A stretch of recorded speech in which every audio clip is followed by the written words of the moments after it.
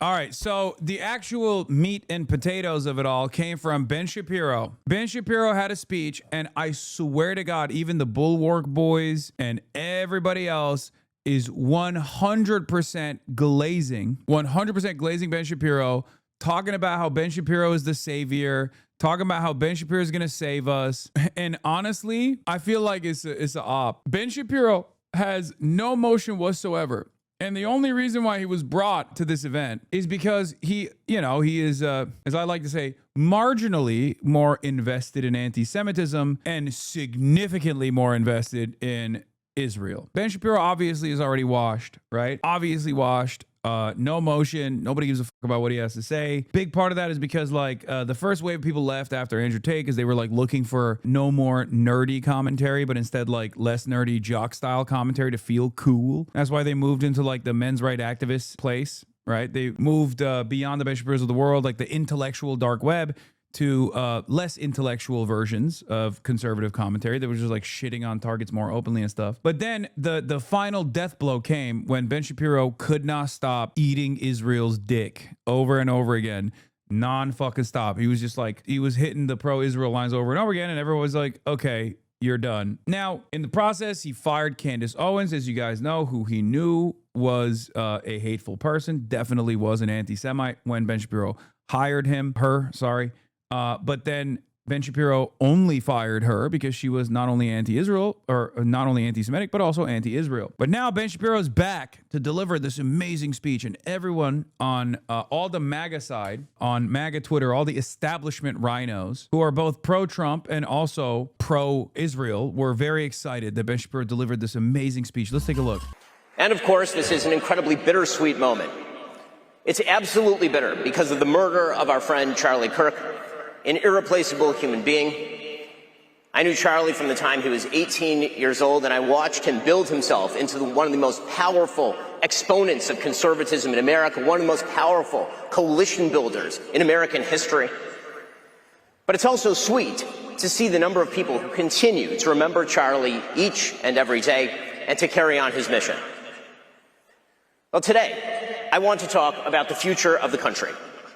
And the future of this country, this amazing country, relies on the future of the conservative movement. It relies on what TPUSA defines as its core mission: freedom, free markets, and limited government. Wow, this is going to really bang with all the groypers, dude. All the young conservatives are like, oh my God, I love free markets and limited government. That's what I want. No, man, the new meta is dominating ordained enemies, okay? That's what they want. Charlie understood that too. That's the reason why, in an effort not to lose his entire fan base to the fucking groypers, he constantly tried to ramp up the racism. And most of all, the future of this country relies on truth.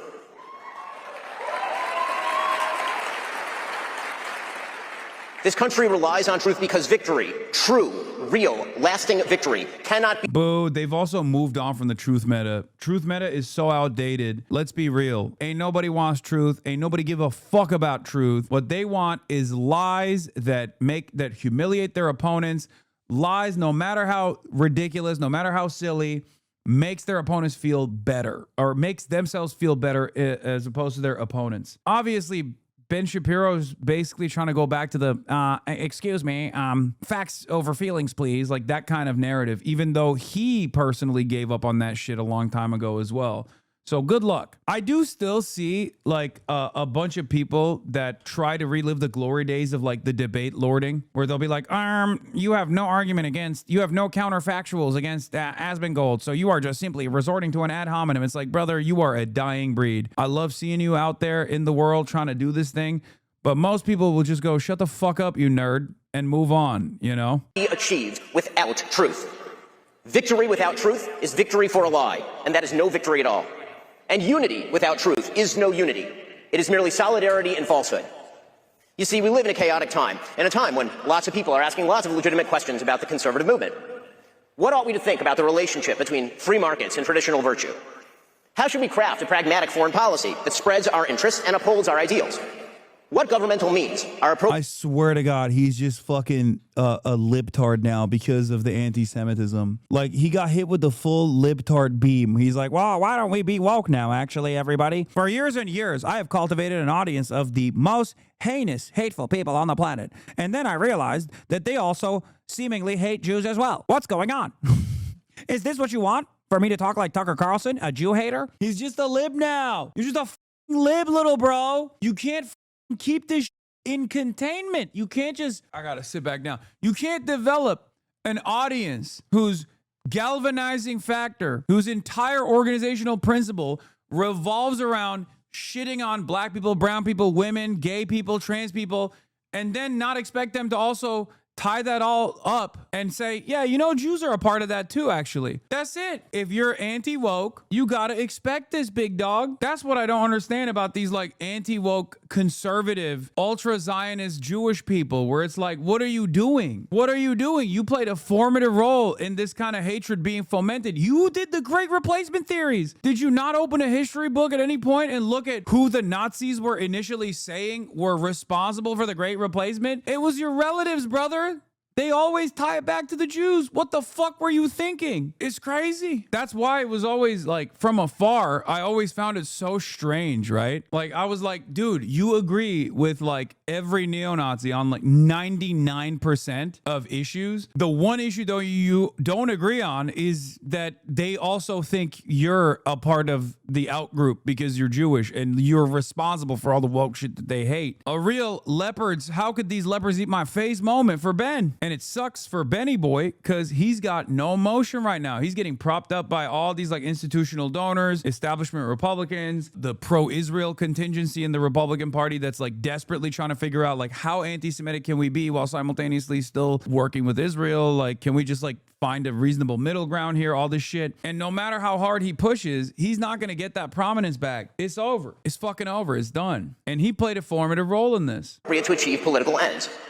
All of these questions aren't new, of course. They've been asked for as long as human beings have been talking about politics. Like, anyone that doesn't match Ben's current commentary with Ben's past performance is a fucking loser-ass moron, okay? I'm sorry. You will see a lot of liberals that recognize how fucking insane it is, right? They recognize how psychotic the right has gotten. And they will be desperate to lean into the likes of Ben Shapiro. That's why he's going on CNN right now. Libs will welcome him with open arms. They'll be like, oh, well, at least he's reasonable. Fuck no, he's not. If you say Charlie Kirk is doing politics the right way, I need you to tell me exactly which one of Charlie's choice moments you agree with. If you say Ben Shapiro is a reasonable voice in the MAGA conservative sphere, I need you to sit there and tell me in great detail which statement do you agree with? What of the fucking worldviews that Ben Shapiro presents on a daily fucking basis do you agree with? There is no such thing. I hate these motherfuckers that turn around and go, no, you don't understand. This is the Liz Cheney dynamic all over again. You don't understand. These guys they're doing politics the right way. We should have simple disagreements. It's like, bitch, what do you mean simple disagreement? What is the fucking simple disagreement here? We're not talking about which milkshake flavor is the best tasting. We're talking about entire swaths of the population being worthy of dignity or not, being worthy of existing on U.S. soil or not. That's not a fucking simple disagreement. Maybe for you it is, from your position of privilege, but I don't agree with that. I don't think this is just a simple fucking disagreement. I'm not going to let all of that shit slide because now Ben Shapiro is railing against the conspiratorial right because he is the champion of anti-Semitism. Is that the only thing we are supposed to care about? In this, I mean this seriously. I know that a lot of right-wingers will be like, oh, well, I'm anti-woke for everybody. And then all of a sudden they're telling me I can't be anti-woke against Jews, right? And then that's how they become anti-Semitic or more anti-Semitic than they already were. They're like, what do you mean? We're anti-woke. Jews are also a part of the anti-woke coalition. They're also an acceptable target. But on the liberal side, we can't just fucking make this new calculation where we are also doing the same thing that the fucking Donald Trump administration is doing, right? On the left side, not even just the liberal side, but like on the left side as well. This is something that I see where people are like, well, okay, he rails against anti-Semitism. Okay, is that the only fucking form of bigotry that's not available? Or that's not acceptable? What are you talking about? Oh, wow. He rails against anti-Semitism. Oh, great. Okay. Whose calculation is this? If you're going to actually stand against bigotry and harmful opinions and conspiratorial thinking, you got to do it unconditionally. There's no fucking, well, he's shitty to trans people, he's shitty to black people, but at least he's good to Jews. The fuck? What is this? No, but we need coalition so bad right now? No, not from Ben Shapiro. Yeah, you bring the fucking, dude, yeah. You bring the scorpion into your own home if you want to be stung. And before you know it, like, this is the problem. Because before you know it, when you're like, oh, these guys are on our side. These guys are, no, he's not. On what? On what grounds is he on your side? What is a part of Ben Shapiro's worldview that aligns with yours that you think makes you an ally? Seriously. Of years. And over the course of this conference, you'll hear a lot of opinions on a lot of these questions. I have my own perspectives on them, of course. You can hear them every single day on my show. My fundamental values have been the same for 25 years. Peace through strength on foreign policy. Traditional values on social policy. Free markets with regard to economics. But today, I want to talk about something even more important. How to discern those attempting to speak truth from frauds and grifters. Because something is new. An informational environment. He doesn't even agree that January 6th was an attempted coup Mao so much for his lib allyship.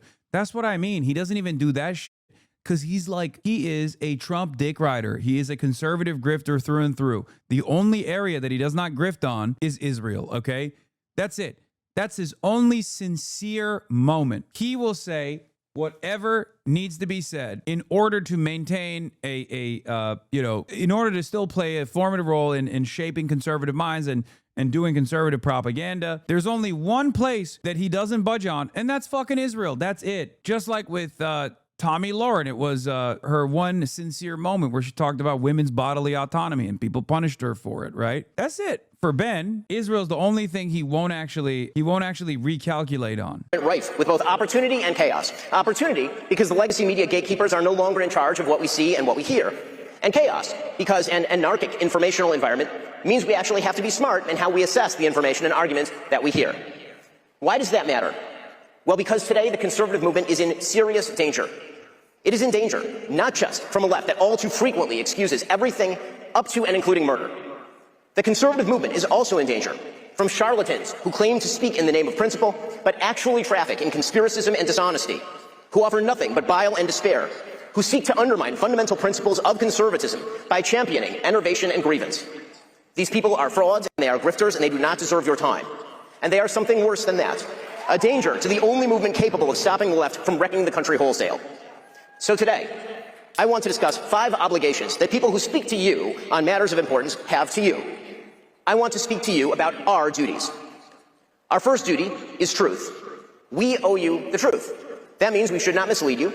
It means we shouldn't hide the ball. Like, this is so funny. Yeah, dude, I know. I love truthful conservatism. Like, who are you talking about? You're at the Turning Point USA Conference, dude. Amerifest, or whatever the fuck it's called. What do you mean? Oh, wow, we have a duty to the truth. Who's he talking to? Like, just because you're saying that doesn't mean you engage in it. Isn't this just making the divisions worse? Isn't this just making the divide deeper by woke scolding? Exactly, which is why I love it. No, this is, don't interrupt your opponents when they're making a mistake, right? Yes. Turning Point USA was already in a unique predicament with all of the anti-Israel youngsters that are also anti-Semitic on the conservative battlefronts, right? On the conservative front lines. But now that Charlie's gone too, and all these fucking vultures are eating one another alive to try to get they try to take advantage of the power vacuum. You have, on the one hand, Tucker Carlson, who is leading the charge alongside Candace Owens and Nick Fuentes on the anti-Israel front on the conservative side. And then you have the Ben Shapiro and the Barry Weisses of the world. Who the fuck do you think people are going to pick? Ben Shapiro has never had like a real independent career that wasn't funded by the Wilkes brothers, okay? The Texas oil barons, who are insane evangelical Zionists themselves. The difference between someone like Nick Fuentes and even Candace is that like they've been able to make a name for themselves on their own, and although although I despise their repugnant worldviews and disagree with them vehemently on every single issue, ultimately there is something there as far as like their personality-driven content that captivates people. I'd go so far as to say the same thing about even Asmongold. Like, there is something there that people are tuning in for. With Ben, there's not really much. You're just nerdily rehashing American Enterprise Institute talking points, and you're not even doing a good job with it. And now that your funding is drying out, people don't want to hear from you. People don't like what they're hearing from you. We shouldn't be deliberately obscure about what we're telling you. We have an obligation to clarity and to honesty. This means that we actually have to be clear in the language that we use. We should not traffic in generality. We should not say things like, they shot Charlie, without specifying whom we mean by they. The person who allegedly shot Charlie Kirk, and whom all the evidence points at, all of it, is a gay, trans-loving furry. Yeah, see, he's trying to do it. He's trying to bring it back to be like, yeah, remember gay people? The person who allegedly shot Charlie Kirk, and whom all the evidence points at, all of it, is a gay, trans-loving furry. Yeah, he big mad. Nah, it's Israel, bro. F it. Actually, you know what? He negatively polarized me. I think it's Israel that did it. I'm a clandestine operator. Maybe it was Israel, Ben. Oh, you don't like it? Oh, is that anti-Semitism? Is that anti-Semitism? See, do you see what I mean? Do you see what I'm explaining here? Like, you can't on the one hand be like, I'm a truth lover. I'm a truth lover. I care about the truth. And then try to make a snide remark about Candace Owens while fucking simultaneously your commentary on this issue is just like transphobia, homophobia induced. You know what I mean? Like, what are you fucking doing? What are you doing? It's not working. It's not gonna work. If we are going to target ideological movements, we should talk about the fact that the radical trans movement treats all those who oppose it as existential threats. Or if we're going to talk about the Democratic Party making room for the radical trans movement and echoing its inflammatory rhetoric, well, we should talk about that. Those are specific problems, and they require specific responses.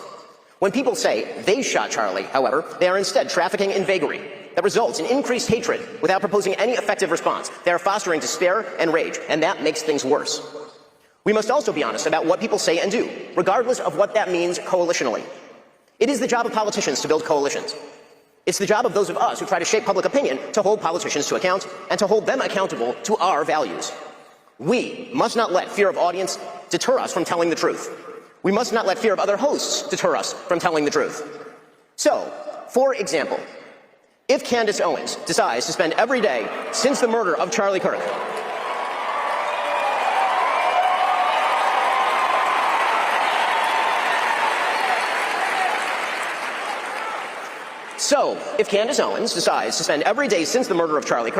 casting aspersions at TPUSA and the people who work here, who worked with Charlie every single day, his best friends, to cast aspersions at Mikey McCoy and Andrew Colvin and Blake Neff and Tyler Boyer, and yes, at Erica Kirk, and to imply or outright claim complicity in a cover-up over Charlie's murder, to spew absolutely baseless trash, implicating everyone from French intelligence to Mossad to members of TPUSA in Charlie's murder, or a cover-up in that murder, then we, as people with a microphone, have a moral obligation to call that out by name.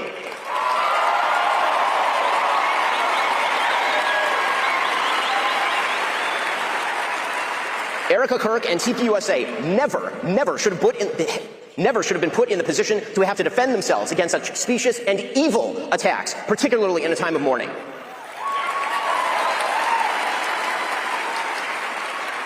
And the people who refuse to condemn Candace's truly vicious attacks, and some of them are speaking here, are guilty of cowardice.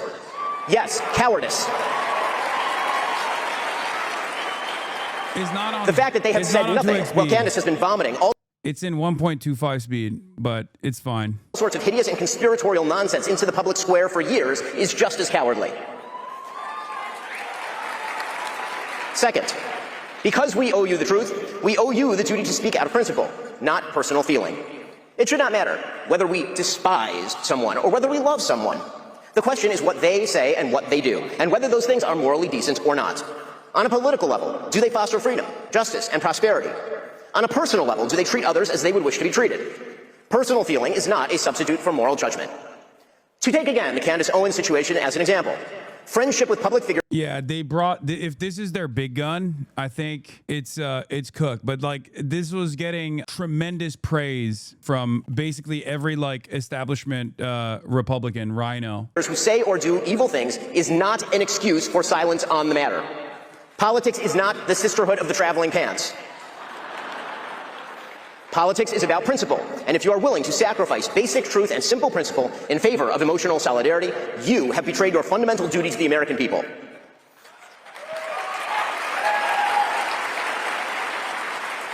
First off, I should break the omerta here and just be a little bit clear. The notion that people in our industry are close friends, like we all take holiday breaks with each other and go to each other's kids' graduations and stuff, is generally untrue. Some people do that, most of us don't.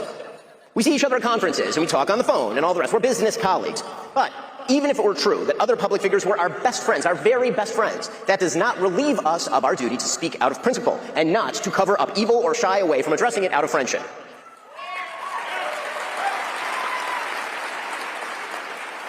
So no, Tucker Carlson, it is not an excuse to go silent on Candace's targeting of TPUSA.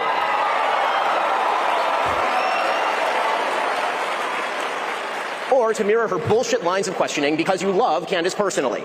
The same holds true of Megyn Kelly, a person I consider a friend, characterizing Candace as a young mother and thus shying away from condemning her actions or fibbing about them. That is a non-starter. Meghan Markle is a young mother. Ilhan Omar is a young mother. That doesn't matter. And when Megyn said this week, quote, "My goal and my job here is to try to understand, yes." Charlie hated Ben and loved Tucker. No, Charlie loved Tucker Carlson, but Charlie also did like Ben Shapiro as well. I think a lot of people that think that Charlie Kirk didn't like Ben Shapiro are wrong. No, Charlie Kirk invited Ben Shapiro to Turning Point USA conferences all the fucking time. And also, the thing is, like, I think he saw Tucker Carlson as like an entry point into the fucking whole. He saw Tucker Carlson as like a person that that could hold the coalition together to a certain degree. Tucker said that BLM was anti-white racism. The rest was acceptable, I guess. Yeah, that's why it's so funny. These guys literally align on so many insane points. Like all of this stuff that's coming out now with people where they're trying to talk about this shit, where they're like, oh, we need truth, we can't do lies anymore, what is happening here, blah blah blah, all this shit. Like, that's all you've been doing, that's all you've done. I mean, I love the infighting, I love watching the right-wing infighting taking place, but also they did this. You made the shit sandwich, brother. Where Candace is coming from on this, and says she sees no purpose in inserting herself, quote, into this on one side. That is a moral and logical absurdity. There is only one moral side here. Like, okay, you understand what I'm trying to say, right? Everything that right-wingers say about Jews, they say about every other minority group. Ben also says everything right-wingers say about Jews, but about every other minority group, just not about Jews. And that's the problem here. So when he says, like, we need truth, we need justice, we need intellectual honesty and decency, just for the Jews. Like, that's it. That's what he's saying. And the reality is, a lot of people read it as such. A lot of people read it as such, where they go, what do you mean, Ben? It's ironic that he is the inconsistent person, because reactionary rhetoric at its maximalist position is, of course, going to put Jews in the crosshairs as well. It's going to consider Jews to be not this, like, untouchable group of people, but instead just another marginalized identity that we should be able to shit on. That's it. Erica Kirk's side.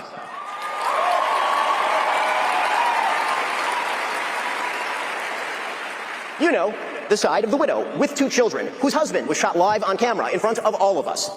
Friendship with a person accusing TPUSA of a cover-up of Charlie's murder is no excuse for cowardice.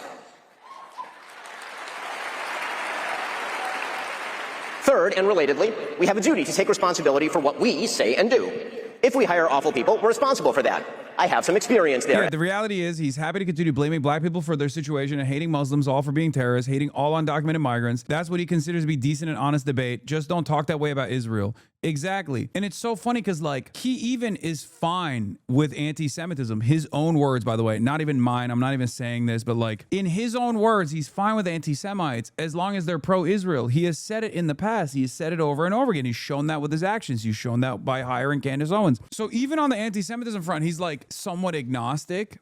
And he also, one could even argue, entertains anti-Semitism and anti-Semitic tendencies and anti-Semitic statements all the time, when he talks about how, like, you know, Jews who are anti-genocide are actually capos or bad Jews or whatever the fuck, right? Wrong. Ben Shapiro is a Jewish supremacist. Sure, if you're a Zionist, yes, of course. Ben Shapiro is a Jewish supremacist. That is true. That's Zionism. A part of Zionism is Jewish supremacy. Having said that, he also will actively shit on anti-Zionist Jews. He will routinely say Jews who are not pro-Israel are bad Jews. They're capos. They're collaborators. They're worthless. As you might suspect. That means that if we offer a guest for your viewing, we owe it to you to ask the kinds of questions that actually get at the truth. If we agree with the guest, that's fine, but we should own it. So, for example, if you host a Hitler apologist, Nazi-loving, anti-American piece of refuse like Nick Fuentes. Wait, hold on. Once again, it goes back to what I was talking about. I thought it was no cancel culture, right? I thought it was spirited debate. Why do you want to cancel Nick Fuentes? You can't conduct yourself this way. You can't create an entire fucking career off of how you despise cancel culture, how you fucking hate the moralists, and then go to the seminar where all of the anti-cancel culture warriors get together and talk about how you need cancel culture. Do you see? Do you see?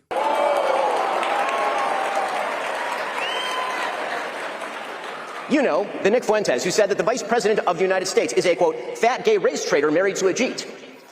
The person who said that Charlie Kirk was a, quote, retarded idiot.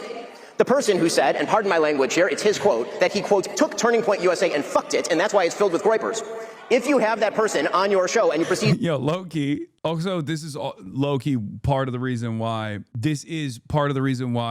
Nick Fuentes is more popular than Ben Shapiro is. It is that kind of language. It is the things that he says. That is precisely the reason why he has a real audience, whereas Ben Shapiro's audience is just completely propped up by whatever fucking mainstream help he's getting currently.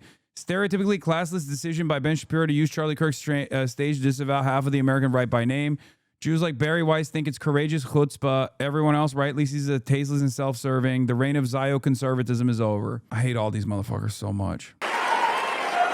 There is a reason that Charlie Kirk despised Nick Fuentes, and indeed even chided Dinesh D'Souza for debating him. He knew that Nick Fuentes is an evil troll, and that building him up is an act of moral imbecility.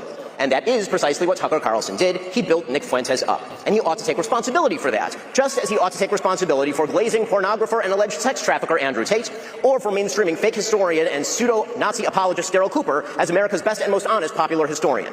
Hosts are indeed responsible for the guests. You do understand, like, now he's making a fucking platforming argument. This is just a woke argument, you know? He's just woke. Ben Shapiro is just woke. And from the perspective of a right-wing audience, he's just anti-woke for everybody and woke for Jews. This is not going to work. There is no intellectual honesty or consistency here unless you do think everyone else should be that way, where you can... Every other marginalized identity is fair play, fair game. You can do whatever the fuck you want, except for Jewish people. They choose and the questions they ask those guests.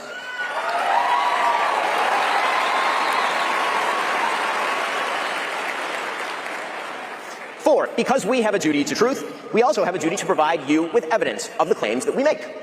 Emotive accusations, conspiracy theories, and just gassing questions, that's lazy and stupid and misleading. None of them are a substitute for truth. None of them are a substitute for evidence. So, when Candace Owens says, I don't know, but I know, that is retarded. And we are all more retarded for having heard it.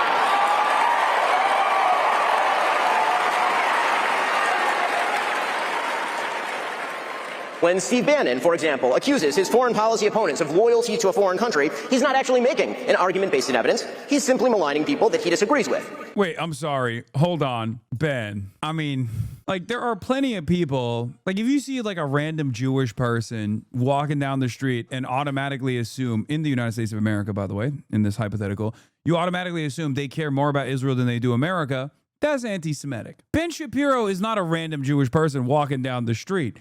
We have 15 to 20 years of his commentary that we can just look back at to try to figure out whether he is, where his loyalty is, okay? That's it. It's fucking ridiculous. He can try and present this as an argument from, American supremacy all day, every day that he wants to. He could just be like, oh, well, actually, the reason why I'm so pro-Israel is because Israel's America's most valuable ally. But, like, kind of feels like you really love Israel, Ben, and have for most of your career, for your entire career. Who could forget in 2012 when Ben Shapiro famously wrote the article, "Transfer is not a dirty word," in which he advocated for the complete ethnic cleansing of all Palestinians from the greater Israeli land that, was promised to Israel 3,000 years ago. He said those things. He wrote those things. So he's been doing stuff like this for quite a while. What the fuck did that have anything to do with America? Ben, what's up with that? Which is indeed par for the course from a man who was once a PR flag for Jeffrey Epstein. Check the record. Our duty to provide you evidence means we actually have to do much more than just ask questions. Just asking questions is something my 5-year-old does, and it's really cute when it comes from my 5-year-old. But when grown men and women spend their days just asking questions without, seeking answers, they are lying to you. In fact, they're doing something even worse. They are seeding distrust in the world around you, and they are enervating you in the process. So, for example, if many speakers, including Tucker Carlson and others, get on stage here at TPUSA and claim, without proper evidence, that Jeffrey Epstein was running a Mossad rape ring being covered up by the Trump administration, they are not. Oh, come on, Ben. Look, this is the problem. Saying Nick Fuentes is an anti-Semite is totally valid. It's something that I think Nick Fuentes himself will openly agree to, right? Depending on, which company he's around. But when you fucking turn around and go, oh, I can't believe you guys are connecting Jeffrey Epstein to Israel and Mossad. Oh, that's anti-Semitism. This is the main fucking problem with a lot of Zionists who have diluted the actual bigotry of anti-Semitism with idiotic conspiracies or with idiotic statements that are valid and people can fucking see, idiotic defenses of factually based analysis that people can fucking see and experience their own two goddamn eyes, no matter how stupid they are, okay? You cannot turn around and say, oh, I can't believe that people are accusing me of being loyal to Israel. Wrong. People absolutely can do that, and it's not anti-Semitic for Ben Shapiro. You can't turn around and say, I can't believe people are actually fucking saying that Jeffrey Epstein was a Mossad asset. Wrong. People can't say that. If you call that anti-Semitic, people are going to look at you and laugh. And last but not least, Charlie Kirk himself had made the Jeffrey Epstein Mossad connection before he died, by the way. So that's another thing, even though Charlie Kirk was obviously still glazing Donald Trump and decided to drop the whole Jeffrey Epstein stuff, famously. But this reminds me of the classic take from Zionists want to defend Israel, right? The classic take always where we would see mountains of children piled up, murdered, slaughtered by Israel every fucking day, pretty much. Parents putting the body parts of their children in trash bags as they try to go to the hospital. And then motherfuckers would turn around and say, saying this is genocide, sweetie, that's anti-Semitic. That's blood libel. Yeah, motherfucker, that doesn't actually make people go, oh my God, is this blood libel? I gotta stop saying that. Holy shit. Oh no. I should stop being anti-Semitic. That makes people go, okay, I guess blood libel is not a fucking fake thing then. This is what a lot of these people don't understand. It doesn't make people stop and it doesn't make people stop dead in their tracks and immediately stop criticizing Israel. It makes people go, okay, you're cynically weaponizing anti-Semitism in this instance where I can clearly and visibly see Israel doing horrifying war crimes, starving children, and you're calling that blood libel. That's going to make me really reconsider what I know about blood libel. Yeah, man, I can hate the United Arab Emirates without being Islamophobic. Exactly. This argument is so fucking stupid. Oh, I can't believe you're calling into question the United Arab Emirates' unlimited support for the RSF, the Rapid Support Forces in Sudan. Oh, you're being quite Islamophobic, sweetie. Get the fuck out of here. Actually uncovering a conspiracy or effectuating a solution. They are claiming a special provenance to information they won't let you see, which builds their power and leaves you with none. They are also implicating in their speculation actual human beings, good human beings, like Kash Patel and Dan Bongino and Pam Bondi, and yes, the President of the United States, even if they're too cowardly to say President Trump's name. And that means you won't trust those good people in the future. You haven't gotten smarter, you've just been manipulated. The only reason why he likes Trump is because Trump is still dick riding Israel, for the record. And he is the singular force that's holding this entire coalition together. The moment that Trump either turns on Israel, which is never going to happen, obviously, let's be real, or the moment that Trump passes or can't hold the coalition together, Ben will be the first to knife him in the gut. Ben Shapiro was anti-Trump. Ben Shapiro vehemently argued against Donald Trump. This is the reason why I get really mad at liberals who fucking act like Ben Shapiro is a rational conservative. No, the fuck he's not. He's still fucking pro-Trump. He's just a grifter. So if you hear his statements here, amidst like him bringing up gay, trans-loving furries, or amidst his statements about how he loves Donald Trump and all this shit, and you think, well, at least he's tackling anti-Semitism and the conspiratorial mindset of the right nowadays, this must mean he's rational. You're a fucking dupe. You're a mark. You're a rube. You're a sucker. Wake up. When forced to demonstrate their evidence, these same people will often refuse to provide it. They'll claim ignorance. They'll pretend they're outside the system. And they don't have access to actual information. They're just asking questions. But many of these same people have direct pipelines to informational sources. So, for example, if Tucker wants answers to his questions about, say, Jeffrey Epstein, he could call the Vice President of the United States. He's quite close with him. But he won't, because that might undermine the empty speculation. None of this means there aren't actual real... Nope, there's truth to what he's saying here as well. But the reason why he doesn't do that is because he wants to keep being friends with the vice president. Just like the same reason as to why you keep bringing up Donald Trump, even though we know you fucking despise him because you're a violinist who grew up in Los Angeles and went to UCLA and then Harvard. And you are very much the effete liberal, except for your worldview, your horrifying, morally repugnant worldview. Every other aspect of your life, you are libtarded through and through. You despise the anti-intellectual right-wingers. You don't like Donald Trump. You've never liked Donald Trump, but you have to sit there and act like you fucking love Donald Trump all the goddamn time. Nah, he likes him now. He's hollowed out. No, the saddest thing I ever saw was Ben Shapiro trying to fucking grift with like a maximum right-wing perspective, demanding Derek Chauvin get released or pardoned. That's when I was like, this motherfucker's heart is not in it, okay? He was like, hey guys, I know everyone keeps saying I'm a Jew and also I love Israel and no one wants to watch me anymore, but look, I'm being racist. Come on. Yeah, Derek Chauvin, we need to release him now. Please, can you watch me? And that video got like 50,000 views. Come on. I hate black people. Come on. Remember how good we had it when we all hated black people and transgenders? Can we go back to that? Can we not hate Jews, please? I don't like it. Quite pathetic right-wing influencers recasting Ben Shapiro as a truth teller now that parts of MAGA go anti-Semitic and conspiratorial. Shapiro nurtured them and tolerated racism, including against leftist Jews. He was fine with it until they turned on Israel. Yup. Remember all the good times we had? I also hate seeing black people in television commercials. Remember that? Fuck you, Ben. Conspiracies in the world, of course there are. But actual conspiracies require actual evidence. Yes, there was a Russiagate conspiracy, and we know the names of the people involved and what they did. We know Hillary Clinton and Fusion GPS and James Comey and Loretta Lynch and Adam Schiff. We know all of those people. Yes, there was a COVID-19 conspiracy. We know that Anthony Fauci worked to shut down alternative solutions from people like Jay Bhattacharya. But when people posit a conspiracy and then provide no evidence... Again, he's... Dude. Rational right-winger, okay? Rational right-winger. Oh, come on. You know the COVID conspiracies.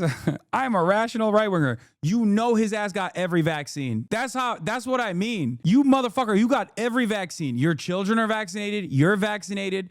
Shut the fuck up. You got vaccinated like a motherfucker. You have more vaccines than I do, probably. The fuck do you mean? Oh, remember the COVID conspiracies? Like, shut up, bitch. Get the fuck out of here, dude. There's a difference. Like Rupert Murdoch, for example, unleashed the faucet of anti-vax conspiracies. But I know for a fucking fact from people that were working at his goddamn vineyard that he sheltered himself away from public eye during COVID because he was so fucking terrified of dying to COVID. I know for a fact that motherfucker got all the vaccines. All of those rich right-wingers who run media empires, including Donald Trump, as a matter of fact, have gotten all the fucking vaccines. They just keep telling dumb fucks that want to hear anti-vaxxer sentiment that vaccines are bad. Turning Point Amfest Convention is getting ugly on night 2. Steve Bannon says Ben Shapiro was always jealous of Charlie Kirk and will try to take over TPUSA. Ben Shapiro's like a cancer and that cancer spreads. Ooh, so good. Oh my God, this is so fucking stupid. Oh, this is exactly it. Oh my God, all my wishes are coming true. Oh, it's so good. The girlies are fighting. Oh, I love this. They are doing you a fundamental disservice, and they are making you stupider in the process. Finally, because it is our job. RFK, probably the only guy who's not vaccinated in the admin. Yeah, RFK is a real one. He gets different kinds of vaccines, but... And definitely experiments with peptides and shit, but he is not getting that COVID vax, okay? I do believe that he is not vaccinated. To make the lives of our audience better, right? That's really our job, is to give you more information to make your lives better. We have a duty to propose solutions. That's why we have to talk about our problems, in order to find the solutions. That's what politics was supposed to be about, after all, finding solutions to our common problems. If we speak endlessly about the problems we face, without ever positing a solution other than wrecking the system or centralizing power in a cult-like figure, we are not finding solutions. We are merely making problems worse. Trump? Just asking questions, positing vague conspiracies, raving like Alex Jones about the secret confederacies that control your life. None of it makes your life better. None of it. In fact, it makes your life markedly worse.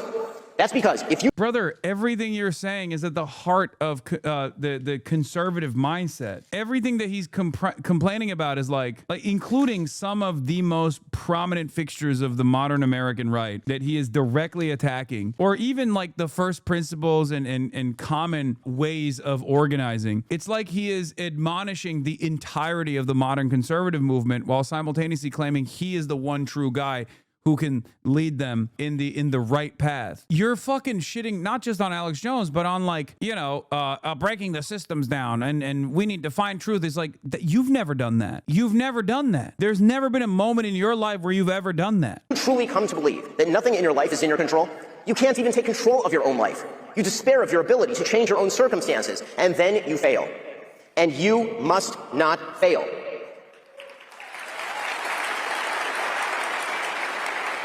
Because here is the most fundamental truth of all in the United States. For all of its problems, many of which, a huge number of which, are real and serious, the United States is still the greatest bit of that begins with truth. We owe you that quest for truth. You owe yourselves that quest for truth. And true victory only Constitution ever devised by man. Thanks so much. Happy to take a couple questions. I have half the fucking people are just like literally doing the Alex Jones Jew questioning, which is not even a question at all, for the record, from this point on. At least the stuff that I saw. You know the video I'm talking about with Alex Jones? That's basically the TPUSA conference questionnaire. And they get really, the groiper that asks them questions are so, like, they get so excited. They're so dumb. For the record, Ben Shapiro does actually handle the USS Liberty thing pretty well. I will give him that. He actually handled it better than Charlie Kirk did when Charlie Kirk used to be faced with that question. Charlie Kirk would be like, that's a conspiracy, and we don't entertain conspiracy theories at Turning Point USA. At least Ben has, like, an actual argument to be like, it was a mistake. Israel had no idea that it was an American vessel. And after the first barrage of fire, the flags fell off the ship. And that's why they kept firing and kept killing the American Navy people. Oh, yeah, this is the clip that I was talking about. Labeling Jew. That's the TPUSA conference Ben Shapiro questionnaire part, okay? That's literally that. Why, therefore, did you call irrelevant the Israeli attack in 1967 on the USS Liberty, which left dozens of American servicemen dead and hundreds?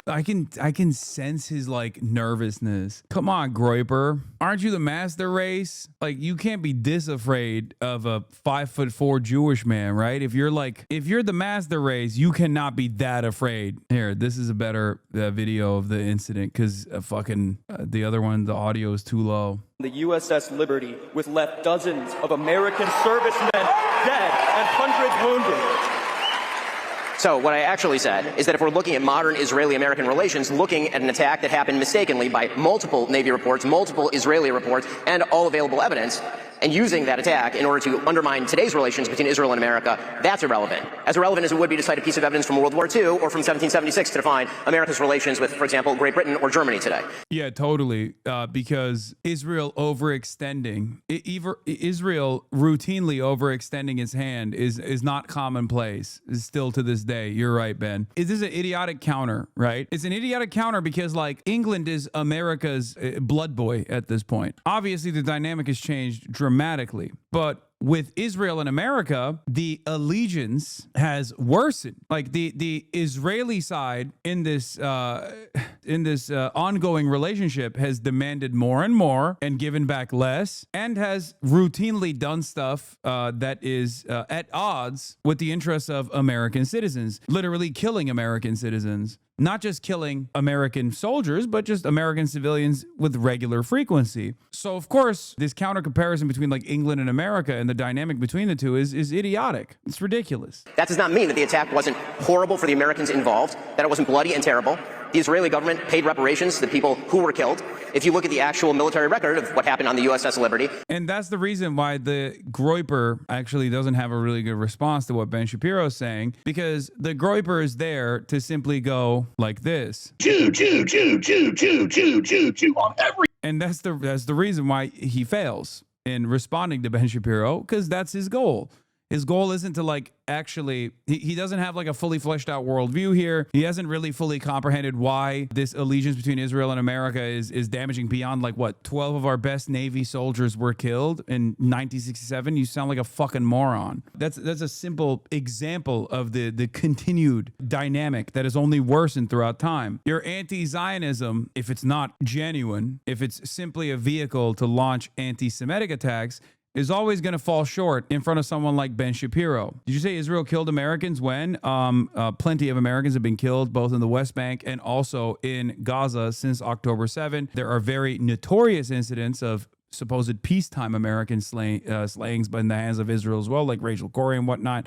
But Israel arrests American citizens. Israel kills American citizens all the time. High-profile ones, as well as dual citizens who have Palestinian citizenship as well, or even directly American citizens. It was clearly a mistaken and tragic attack. The people who frequently cite the USS Liberty, however, are not talking about the specifics of the USS Liberty. I suspect that the vast majority of people who bring this up are doing so in order to suggest that Israel deliberately attacked an American ship because Israel did deliberately attack USS Liberty, for the record. 100%. They did. Anyway, let's continue. Deliberately wants to harm America. It is connected generally with a larger point. I wonder if that's your point.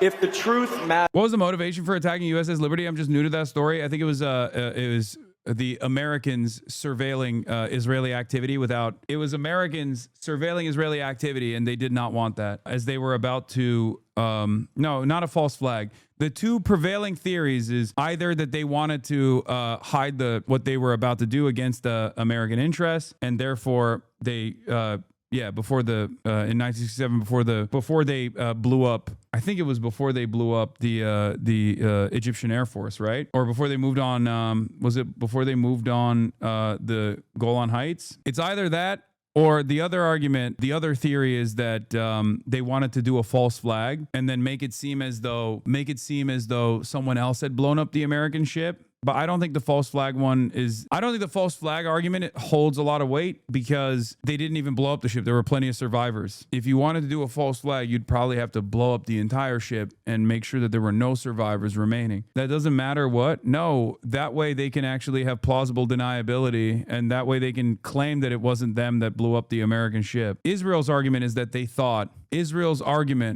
they thought it was an Egyptian ship, which was bullshit.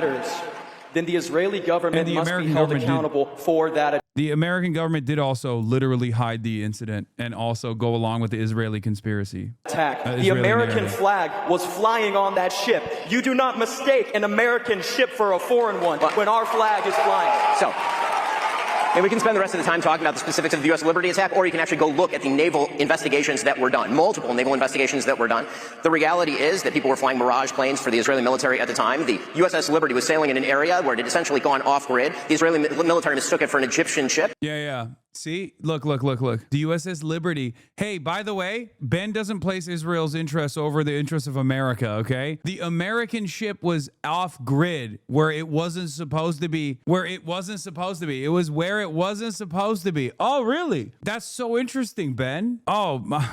Did they apologize to poor Israel for having the ship get blown up? The fuck do you mean the American ship was off grid and wasn't sailing in the waters that it was supposed to be? It's the fucking American Navy, dumbass. They thought it was shelling Al-Arish, which happened not to be true. In the initial attack, the American flag was knocked down, and then the attack went on for about 90 minutes. And then you can hear this, by the way, on the tapes of the Israeli pilots talking to each other. As soon as they realize that it's an American ship, they call off the attack. They speed a ship to try and help the USS Liberty. There have been multiple unfortunate friendly fire incidents between Allied forces, including, for example, in the Gulf War, where U.S. forces were responsible for killing about 9 British troops during the Gulf War. It's an unfortunate reality of war, but... Yeah, notice how it's the Americans doing that? Nobody does it to us. We're the big dogs. We do it to others. If you're a right-winger and you hear this, you're supposed to be like, yeah, okay, we did that. The fuck is England gonna do? You know what I mean? But in Ben's attitude, in Ben's mentality, it's just, with the way that he's talking about this incident, he's like, well, Israel lasered the U.S. Navy ship.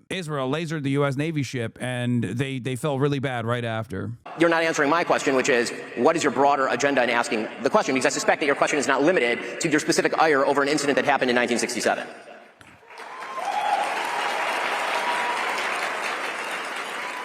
I think we should question any foreign country's relationship with our government. That's totally fine. Yeah, he flubs it because you don't have your heart in it. He gave you a couple fast-paced. He did the Ben Shapiro technique of just spitting some shit in your face real fast, and you got destroyed. You lost your confidence. You already had no confidence to begin with because you weren't actually invested in having a conversation about Israel. You were just trying to be like, USS Liberty. This is how fucking groypers are, dude. 6 million? I questioned those numbers. And then there's no follow-up. That's it. if your whole purpose there is to just like say the scary thing, yeah, when you go up against someone like Charlie Kirk, who isn't going to fucking entertain it and be like, oh, that's a conspiracy, then you actually have a moment where you kind of won the debate by, you know, making your opponent flub.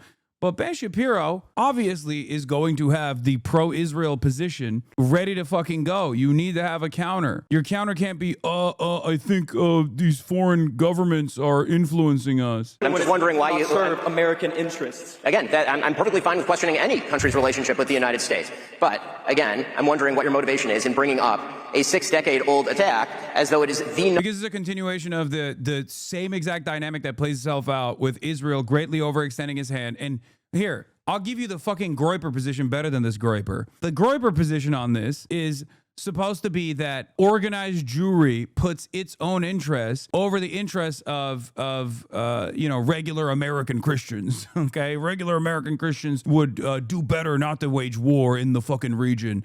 And develop so much enmity back to the United States of America because we're basically playing the role of a goy slop or goy cattle for the Jews. That would be the better Groyper argument, you know? This guy doesn't even have a good Groyper counter argument ready to go. What the fuck are you doing? Pathetic. I can't believe I fucking lost anti-Semitism of the anti-Semite of the year last year to fucking Candace Owens. Bullshit. I could out-meet all these motherfuckers, dude. Anyway, he just goes, foreign policy or foreign intervention from Israel. Number one issue in assessing the relationship between Israel and the United States today.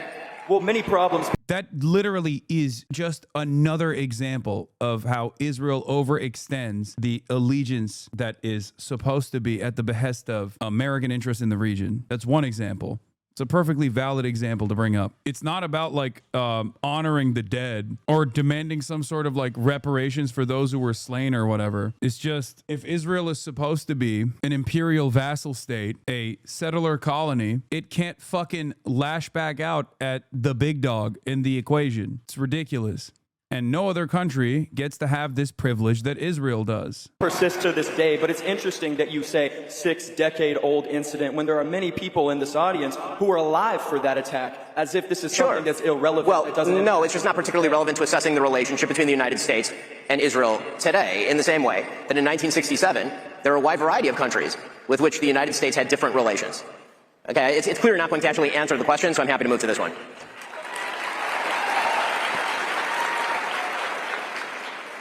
Unfortunately, this will be the last question. Damn, that's it? One Israel question and they move on? That's crazy. He didn't even do a decent enough answer.